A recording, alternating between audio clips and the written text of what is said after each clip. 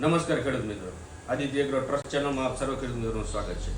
આજે આપણે અક્ષા fertiliser company, જે ગુજરાત અક્ષા ફર્ટિલાઇઝર કંપનીની માઇક્રોન્યુટ્રન કીટ આવે છે, જેની અંદર આવે છે મેગ્નીઝ આવે, ફેરસ આવે, ઝીંક આવે, બોરોન આવે, પોટેશિયમ આવે, મેગ્નેશિયમ સલ્ફેટ આવે, કોપર સલ્ફેટ આવે અને એમોનિયમ સલ્ફેટ આવે।